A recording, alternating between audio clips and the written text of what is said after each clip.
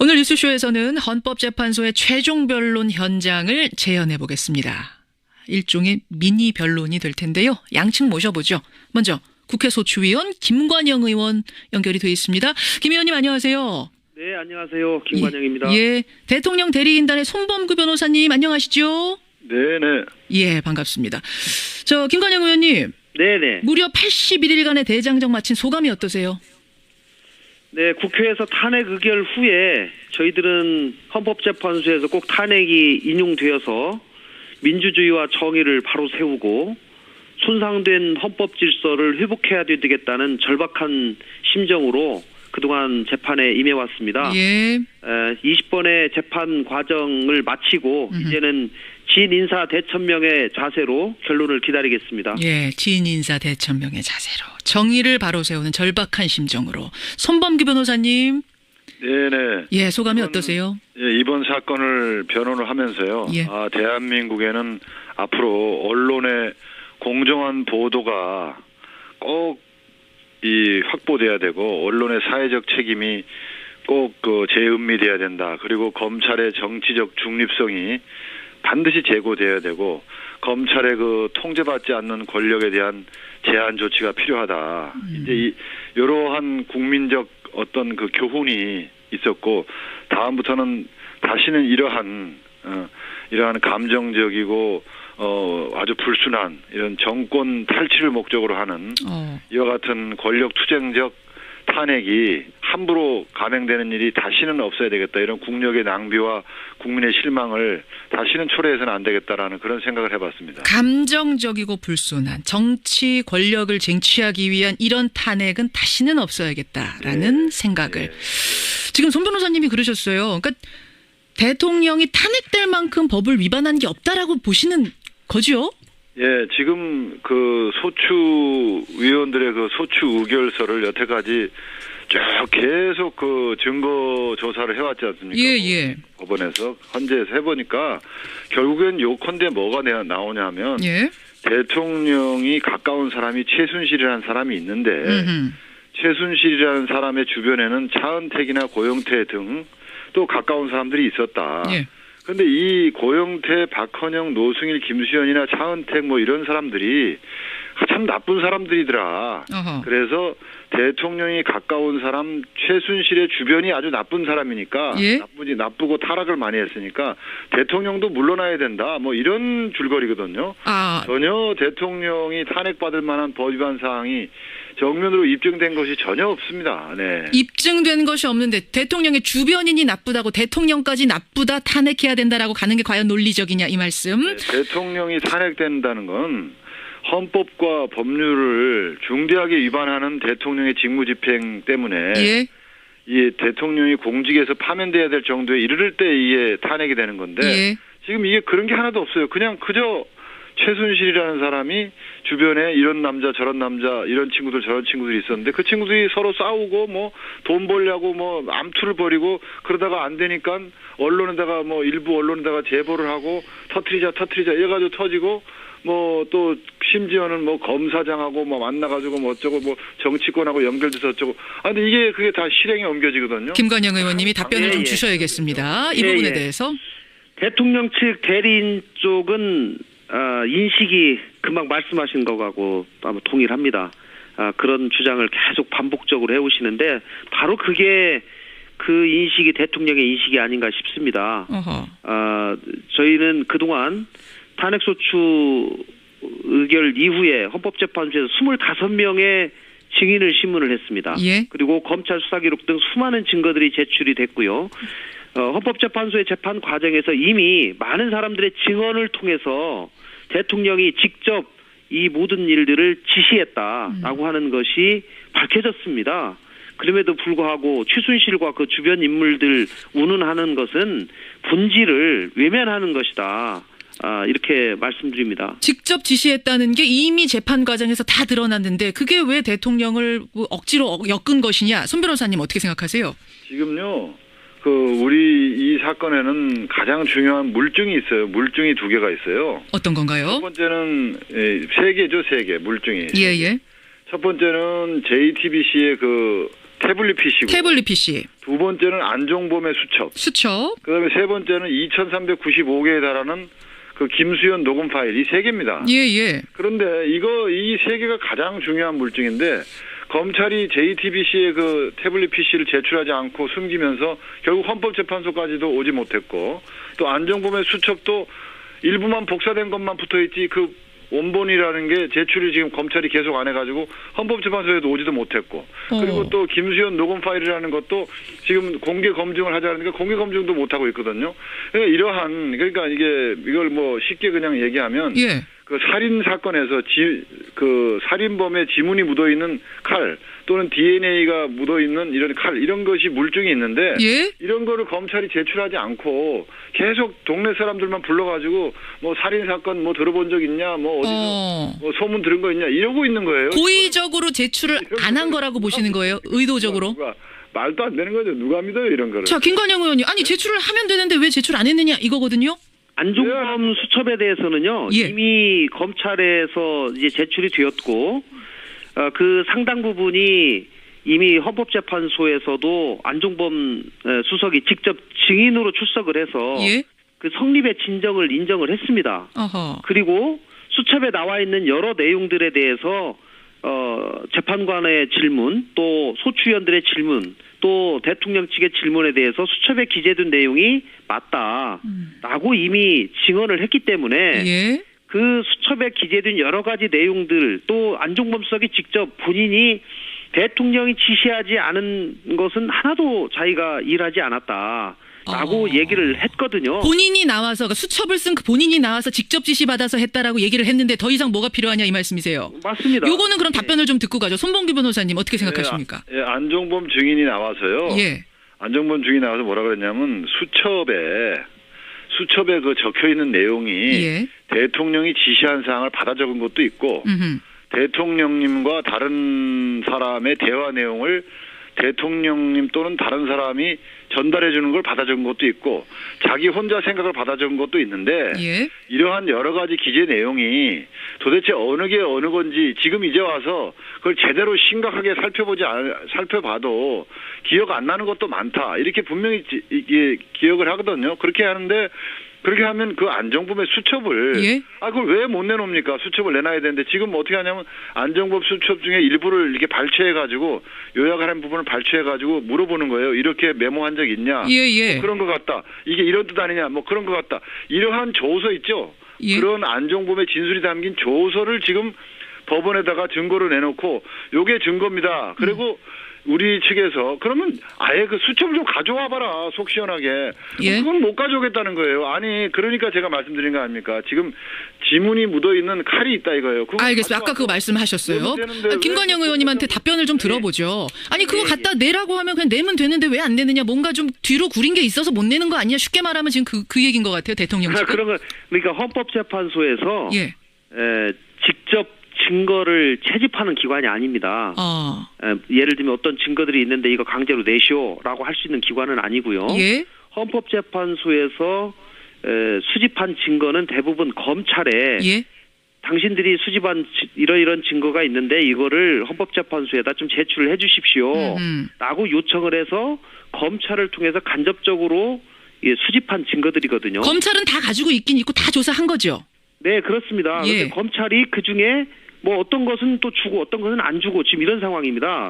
그런데 그것을 검찰을 저희가 탓할 수는 있어도 뭐 그리고 이제 대부분의 조사 과정에서 필요한 또 조서에 나와 있는 확인해야 될 내용들은 이미 안종범 수석 본인의 진술을 통해서 다 확인이 됐습니다. 그리고 예를 들면은 대통령 측에서 주장하는 왜 수첩을 전부를 다 내지 않냐라고 하는 것은 이 사건의 본질과 관련이 없기 때문에 그동안 검찰에서도 그런 것들을 확보하거나 이 조서로 남겨놓지 않은 겁니다. 그럼 이게 일종의 시간 끌기라고 보셔서 수첩 다 내놔라 다 봐야겠다. 파일 다 내놔라 다 봐야겠다. 이건 시간 끌기 전략이라고 보시는 겁니까? 국회 측은? 수첩 다 내놔라. 또 김수현의 녹음 파일 전부 재생해서 검증하자. 이런 것은 시간 끌기로밖에 볼 수가 없는 것이죠. 손 변호사님 답변 짧게 듣겠습니다. 저희가 수첩 다 내놔라 한 적도 없고 녹음 파일 2,395개 다 들어보자 한 적도 없고 그 수첩이 박 대통령의 범죄 행위를 갖다 입증할 수 있는 부분이 있으면 그게 수첩이 한 권이 있으면 그 한 권만이라도 가져와 보라는 거예요. 그리고 2,395개의 녹음 파일 다 들어보자 한 일 전혀 없습니다. 2,395개 중에서 쓸데없는 거 다 빼고 예? 이 사건의 중요한 게 10개면 10개, 20개면 20개를 법정에서 공판정에서 한번 들어보자는 거예요. 헌법재판소에서 공개 검증. 근데 그것도 지금 안 하겠다. 예? 수첩도 하나도 지금 단 하나도 수첩이 원본이 안 온다니까요. 근데 그 내용이라는 것은 이미 언론을 통해서 다 보도가 된 거 국민들도 알고 계시고 대통령 측이나 국회 측이나 다 알고 계시는 내용들 아닌가요? 중요한 내용은 이미 사실은 현출이 됐고요. 그리고 예를 들면 수첩이 필요하다, 아니면 녹음 파일에 대한 검증이나 들어보는 것이 필요하다. 예. 그 여부는 이제 재판부에서 판단하는 것이죠. 그런데 결국은 저희가 소추위원 측에서 이런 증거들을 내거나 한 것은 아니고요. 알겠습니다. 재판부에서 판단을 해서 이것이 필요하다라고 하면은 당연히 재판부에서 추가적인 알겠습니다. 거칠 텐데 그러지 않았다는 겁니다. 지금까지 최순실 씨 그 주변 이른바 비선 실세들의 농단에 대해서 대통령 대리인단 측은 이게 어떻게 대통령이 직접적으로 공모한 일이냐. 그 주변인들의 문제다라는 주장이고, 반대 국회 측에서는 이건 국민 주권주의의 상당히 중대한 위반 문제다. 대의민주주의의 본질을 훼손한 거다. 이게 팽팽하게 맞붙고 있습니다. 또 한 가지 핵심 쟁점은 세월호였습니다.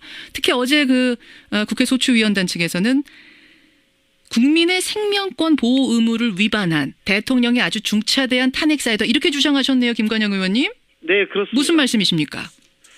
네, 저희는 대통령을 재직하다 보면 이 재난사고는 어느 때나 있는 거 아니겠습니까? 재난사고 있을 수 있죠. 예, 재난사고 자체를 피할 수는 없는 것이죠. 그러나 재난이 일어났을 때 기존에 세워둔 매뉴얼에 따라서 어떻게 대책을 신속하게 수립하고 구호 절차를 해나가느냐라고 하는 것이 대단히 중요하고, 특히 세월호처럼 대규모 익사사고가 발생할 경우에 대통령 안보실에서 중심이 돼가지고 이 일을 제대로 해놔야 되는데 대통령이 있어야 될 자리에 있지 않고 해야 할 일을 제대로 하지 않았다라고 하는 것을 지적하는 겁니다. 할 일을 제대로 하지 않았다, 최선을 다하지 않았다, 이런 말씀. 자, 손범규 변호사님 어떻게 생각하십니까? 예, 대통령께서 그 자리에 있어야 할 자리에 당연히 그날 있었고요. 할 일은 다 했고, 저는 오히려 여기서 반문하고 싶습니다.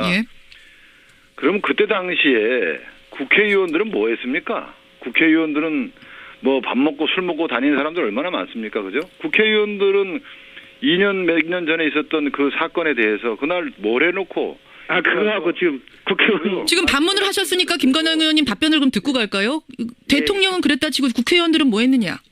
그 시간에 국회의원이 뭐 했는지가 지금 이 사건하고 무슨 관계가 있습니까?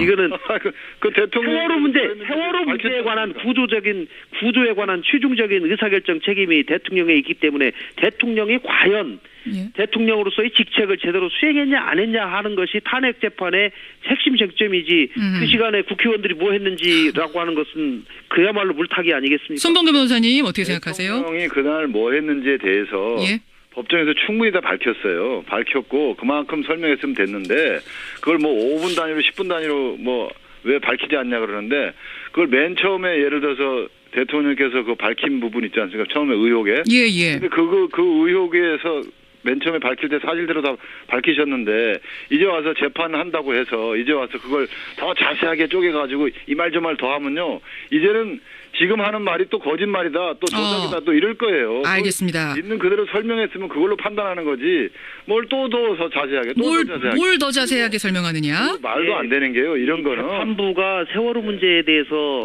여러 차례 성명을 해달라라고 얘기를 했고, 대통령께서 그 시간에 뭐 했는지 자료를 냈습니다.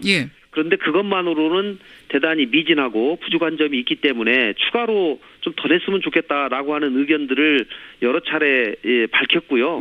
결국은 대통령께서 소명한 그 자료가 과연 상식적인 시각에서 봤을 때 이해할 수 있느냐라고 하는 것은 재판부가 최종적으로 판단할 것이라고 생각합니다. 제가 어제 그 양쪽에서 세월호 문제를 놓고 주장하신 것들을 이렇게 좀 요점 정리된 걸 보니까요.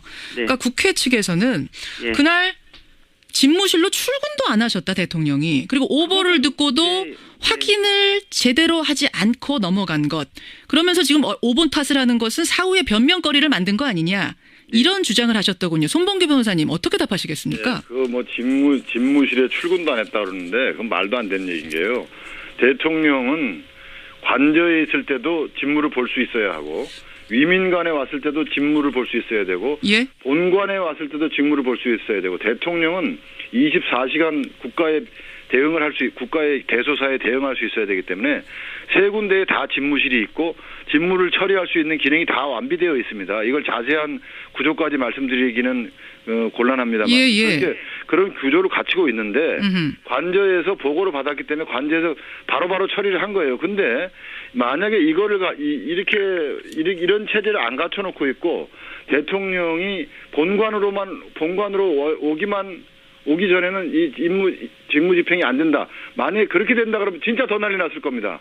대한민국의 대통령이 어떻게 본관이라는 건물로 오지 않으면 대한민국이 그럼 올 수도 된단 말이냐 하면서 난리를 떨었을 사람들이에요. 그런데 이걸 이제 와서는 또 관저에 왜 있었냐, 왜 본관으로 안 나왔냐 예. 이런 식으로 비난을 하는데 이런 분들한테는 어떤 이야기를 해도 다 비난하고 어떤 예. 이야기를 해도 디비 꼬지 알겠습니다. 제대로 듣지는 않습니다. 근데 이런 그날 워낙 중차대한 일이었기 때문에 보통 때 같으면 관저에서 뭐 직무하실 수 있지만 당장 본관으로 가셔서 뭔가를 지휘하셨어야 될 정도의 대참사가 아니었냐. 이 부분을 국회에서는 얘기하는 것 같은데요. 그렇게 대참사가 됐다는 것은 예.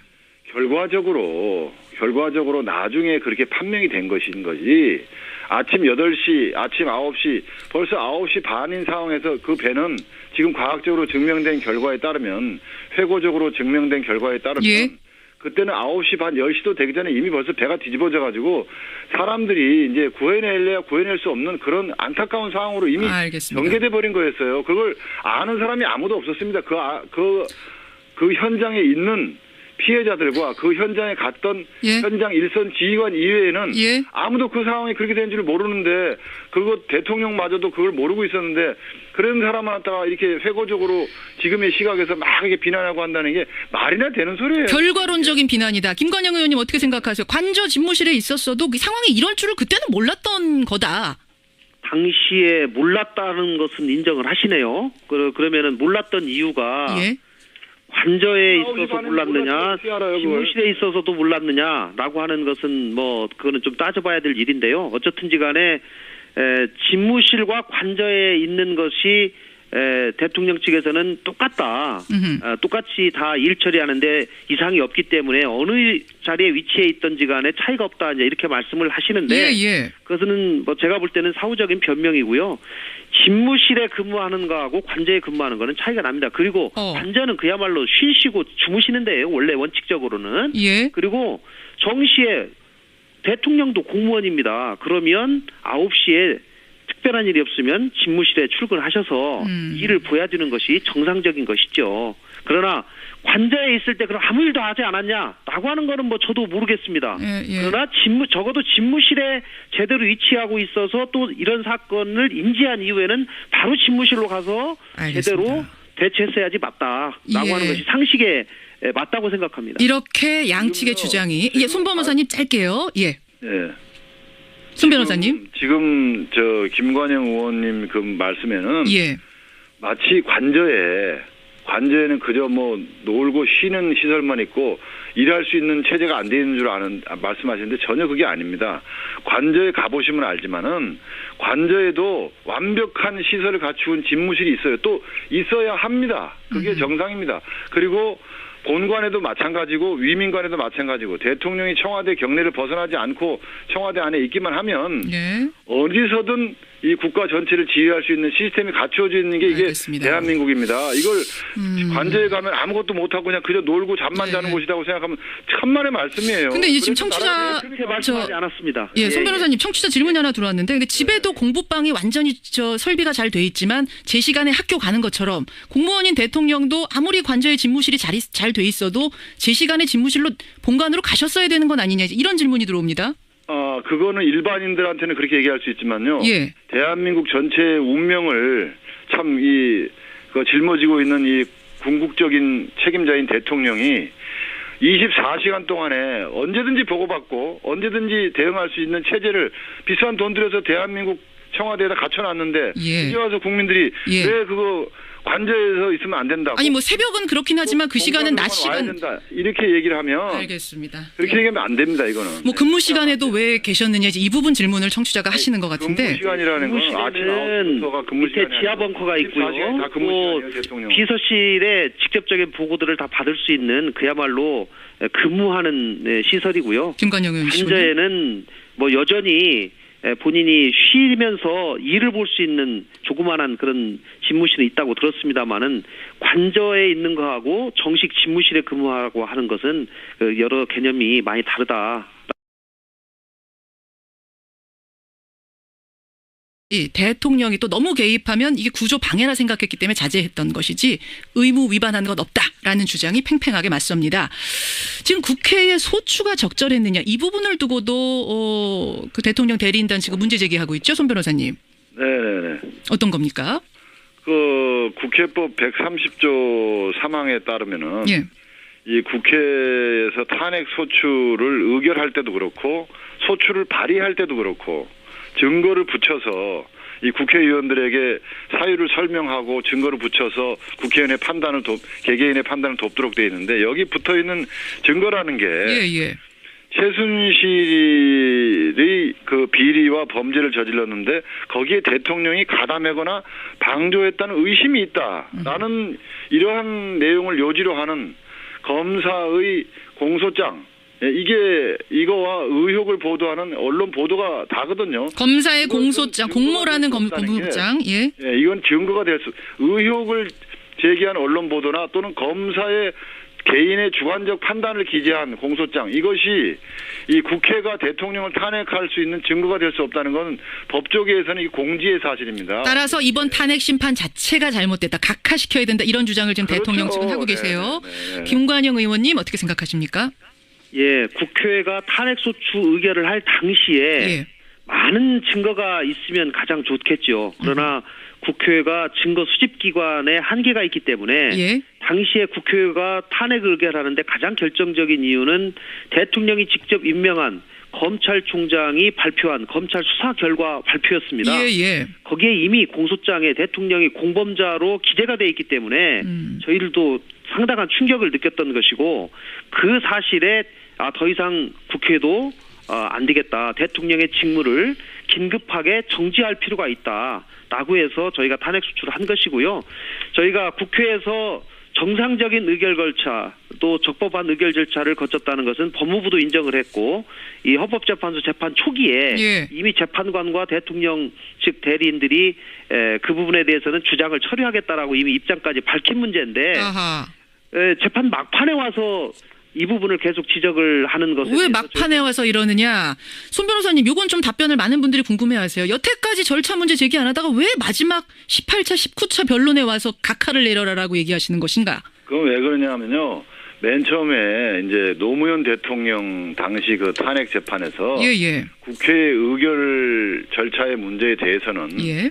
이걸 헌법재판소가 그걸 심판의 대상으로 삼아가지고 미주알 고주알 따지면은 이거는 곤란한 거 아니냐. 국회의 자율권을 법원이 침해하는 거 아니냐. 그건 따지지 말자. 예. 그랬거든요.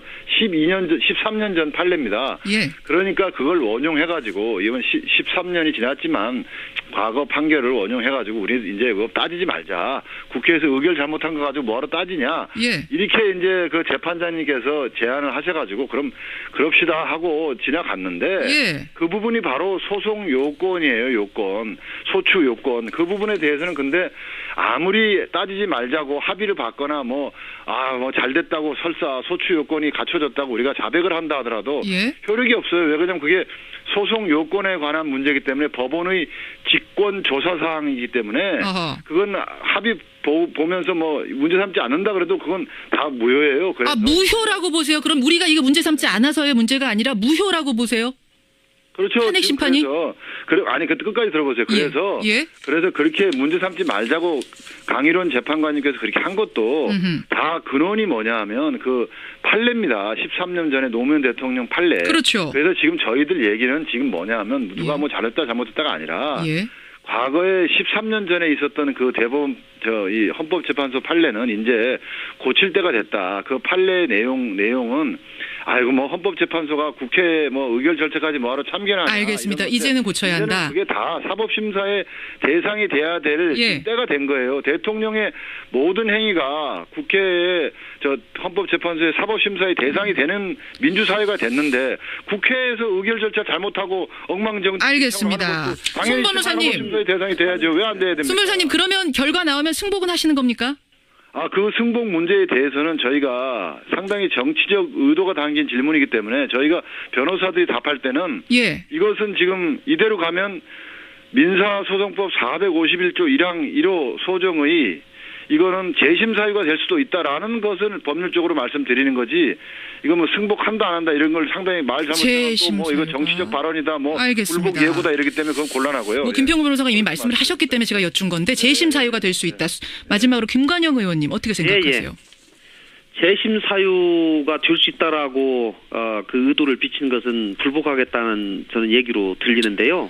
이것은 대단히 저는 잘못된 것이다 생각하고 이제 양측이 충분히 설명을 하고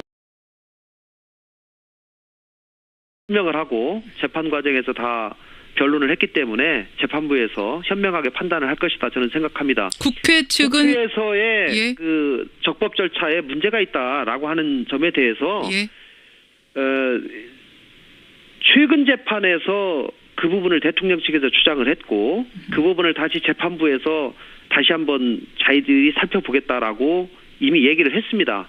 저는 국회에서의 의결 절차에 전혀 하자가 없다라고 하는 점을 말씀을 드리고요. 당시에 제가 탄핵 소추 의결서 작성 작업에도 참여를 했고 소추 의결 제안 설명도 했고 당시에 어떻게 의결이 되었는지 그 과정을 너무 잘 알기 때문에 절차법상 전혀 문제가 없다라고 하는 점을 전혀 하자 없다. 재심의 사유 되지 않는다. 그리고 국회도 역시 결과 나오면 승복한다. 예, 그렇습니다. 깨끗하게 지금 말씀해 주셨어요. 30초씩 마무리 발언 시간 드리겠습니다. 대통령 대리인단 측의 손봉규 변호사님부터 30초 드리겠습니다. 지금 이 사건은 지금 국민을 반으로 쪼갰습니다. 인용을 하자니 정말 또 큰일 나겠고 기각을 하자니 또 큰일 나겠고 이럴 때는 탈출구가 바로 각하입니다. 각하는 국회에서 의결을 잘못했기 때문에 국회로 다시 돌려보낸다. 법원으로서는 이 사건의 실체 관계를 따질 필요가 없다. 국회 의결 자체가 부적법하다라고 돌려보내는 게 각하입니다. 그렇게 각하를 하면 원래부터 일을 제대로 처리 못하고 무능한 이 국회가 한 번 더 혼만 나면 되는 일이기 때문에 국민들이 서로 싸우고 뭐 이렇게 반목하고 뭐 이렇게 데모하고 이렇게 나라가 둘로 쪼개질 이유가 전혀 없어요. 각하가 정답입니다. 신의 한 수는 각하입니다. 각하. 국회 소추위원단 김관영 의원님 30초 드립니다. 대통령도 직무를 수행하면서 헌법과 법률을 위배하고 국민이 위임해준 권력을 사적으로 이용한다면 국민들이 대통령에 준 위임, 신임을 거둘 수 있다. 또 손상된 헌법 질서를 회복해서 정의를 바로 세우고 법 앞에 모두가 평등하다는 것을 보여줄 수 있는 좋은 기회라고 생각합니다. 꼭 인용이 되어서 국민에게 주권이 있다는 것을 확인할 수 있는 기회가 되기를 기원합니다. 이제 헌법재판소가 오늘부터 평의 절차를 시작합니다. 그리고 뭐 지금 예상으로는 3월 중순경 10일 혹은 13일 정도의 최종 선고가 내려질 것이다. 그 선고 당일에 투표합니다. 결정만 남았습니다. 청취자 여러분 의견 보내주시고요.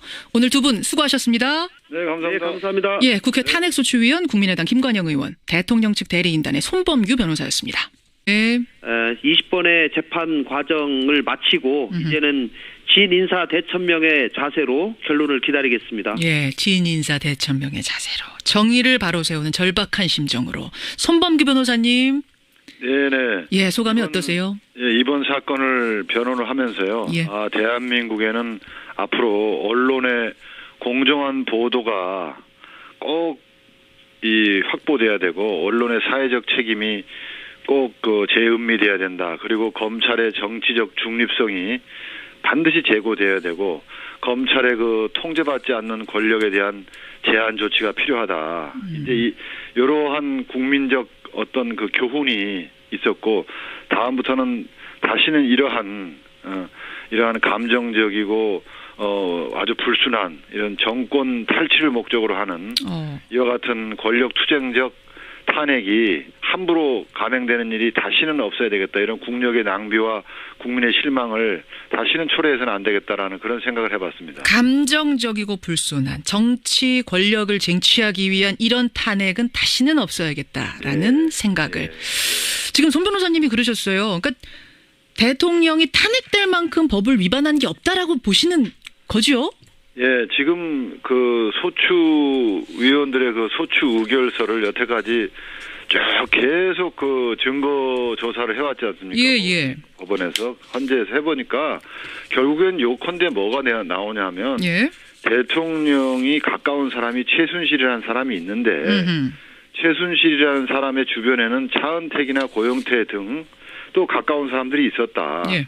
근데 이 고영태, 박헌영, 노승일, 김수현이나 차은택 뭐 이런 사람들이 참 나쁜 사람들이더라. 어허. 그래서 대통령이 가까운 사람 최순실의 주변이 아주 나쁜 사람이니까 예? 나쁘고 타락을 많이 했으니까 대통령도 물러나야 된다. 뭐 이런 줄거리거든요. 전혀 대통령이 탄핵받을 만한 법 위반 사항이 정면으로 입증된 것이 전혀 없습니다. 네. 입증된 것이 없는데 대통령의 오늘 뉴스쇼에서는 헌법재판소의 최종 변론 현장을 재현해 보겠습니다. 일종의 미니 변론이 될 텐데요. 양측 모셔보죠. 먼저 국회 소추위원 김관영 의원 연결이 돼 있습니다. 김 의원님 안녕하세요. 네, 안녕하세요. 김관영입니다. 예, 대통령 대리인단의 손범구 변호사님 안녕하시죠? 네네. 예, 반갑습니다. 저 김관영 의원님. 네네. 무려 81일간의 대장정 마친 소감이 어떠세요? 네, 국회에서 탄핵 의결 후에 저희들은 헌법재판소에서 꼭 탄핵이 인용되어서 민주주의와 정의를 바로 세우고 손상된 헌법 질서를 회복해야 되겠다는 절박한 심정으로 그동안 재판에 임해왔습니다. 예. 위원인이 나쁘다고 대통령까지 나쁘다 탄핵해야 된다라고 가는 게 과연 논리적이냐 이 말씀. 네, 대통령이 탄핵된다는 건 헌법과 법률을 중대하게 위반하는 대통령의 직무집행 때문에 예. 이 대통령이 공직에서 파면돼야 될 정도에 이르를 때 이게 탄핵이 되는 건데 예. 지금 이게 그런 게 하나도 없어요. 그냥 그저 최순실이라는 사람이 주변에 이런 남자 저런 남자 이런 친구들 저런 친구들이 있었는데 그 친구들이 서로 싸우고 뭐 돈 벌려고 뭐 암투를 벌이고 그러다가 안 되니까 언론에다가 뭐 일부 언론에다가 제보를 하고 터트리자 이래가지고 터지고 뭐 또 심지어는 뭐 검사장하고 뭐 만나가지고 뭐 어쩌고 뭐 정치권하고 연결돼서 어쩌고 근데 이게 그게 다 실행에 옮겨지거든요.